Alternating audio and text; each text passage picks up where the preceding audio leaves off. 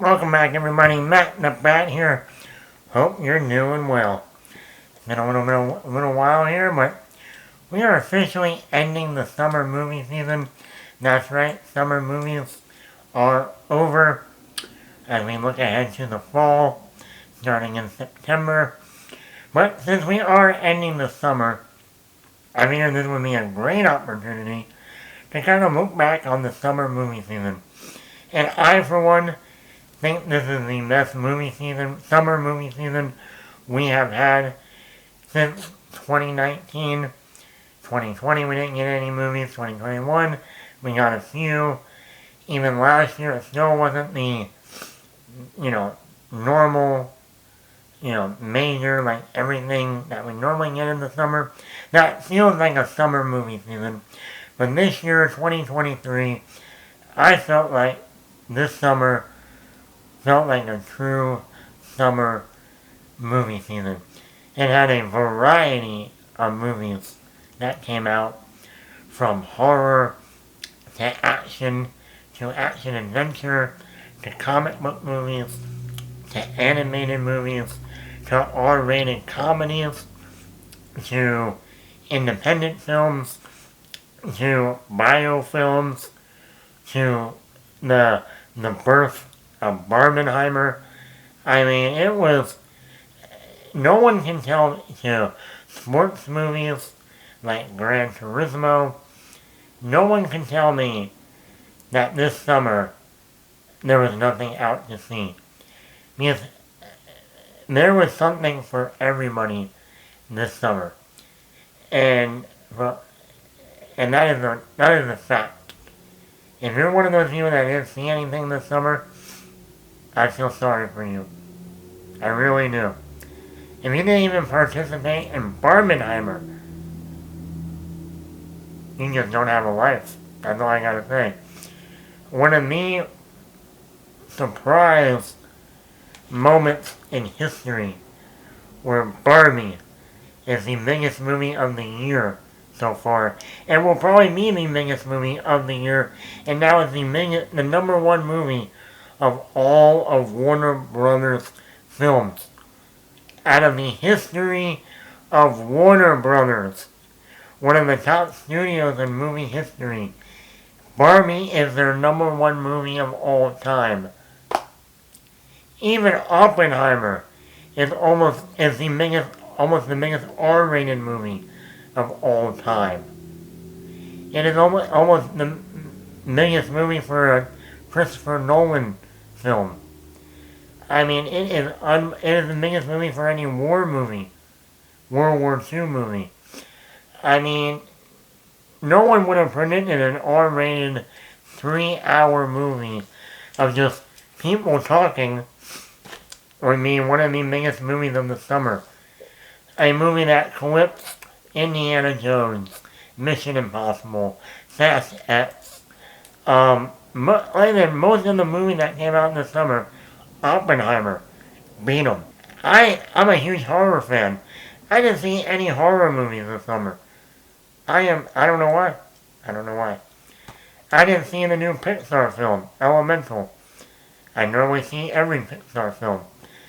I didn't see the most divisive, the most controversial movie of the entire year so far, Sound of Freedom.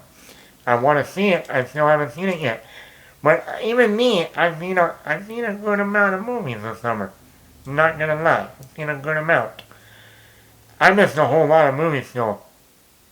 Even me being the movie guy.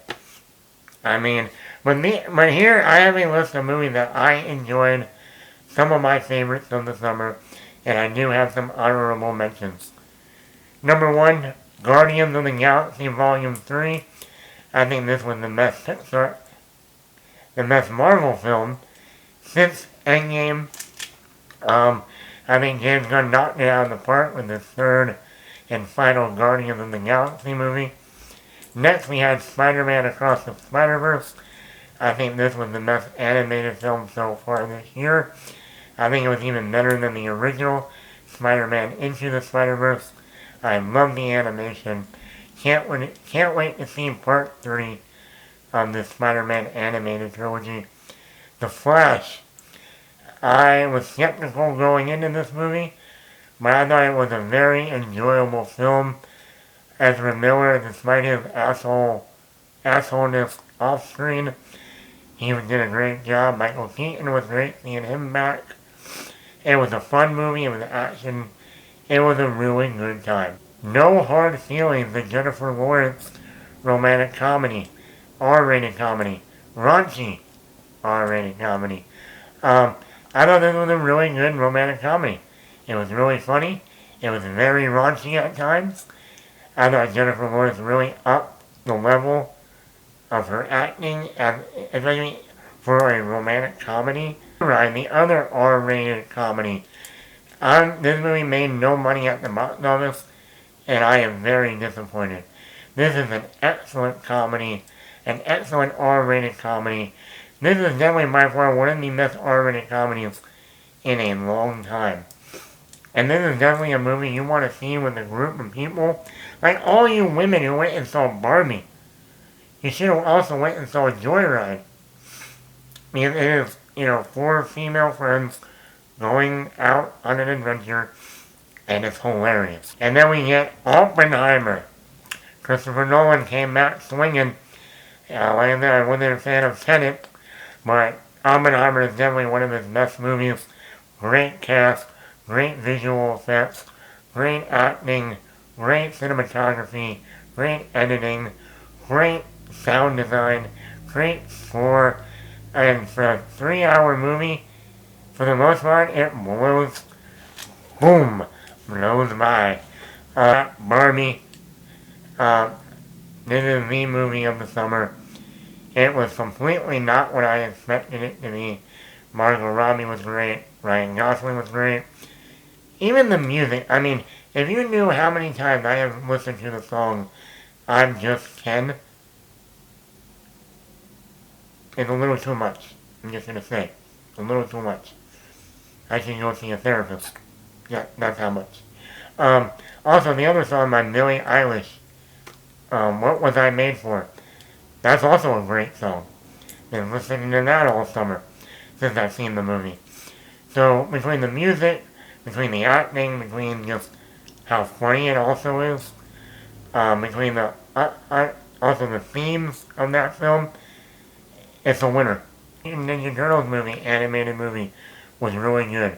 Funny, great animation, 90-minute film, emotional at times, some interesting themes throughout. And then finally, Gran Turismo, the new Neil Blomkamp movie. It was exhilarating, it was fun, great acting by David Harbour, and the main actor that plays our main character, also Orlando Bloom. Creative ideas for filming is stylish. You have some honorable mentions. Mission Impossible Dead Reckoning Part 1. I enjoyed the movie. I don't think it was as good as Fallout and Rogue Nation, but it's still a very, very, very good Mission Impossible movie. Just not quite like the last two. Indiana Jones and the Dial of Destiny.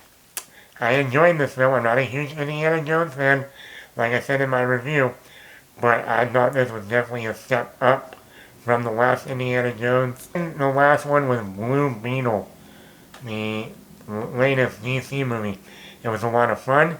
It was even emotional at times. I didn't say this in my review, but even in one scene, I had a little wet eyes. It was fun. The action was great. Visually, great. So it was a really fun movie. So those were my summer movies. Like I said, I didn't see any horror movies. I know Talk to Me is one of the best ones of the summer. Sound of Freedom, I heard, was one of the best ones of the summer. Even Elemental is apparently one of the better Pixar movies in a while. Like I said, there are some movies I did not get to see this summer. But let me know in the comments below, what was your favorite movie of the summer? Were any of these your favorite, or am I missing one? Anyway, Matt the Matt here.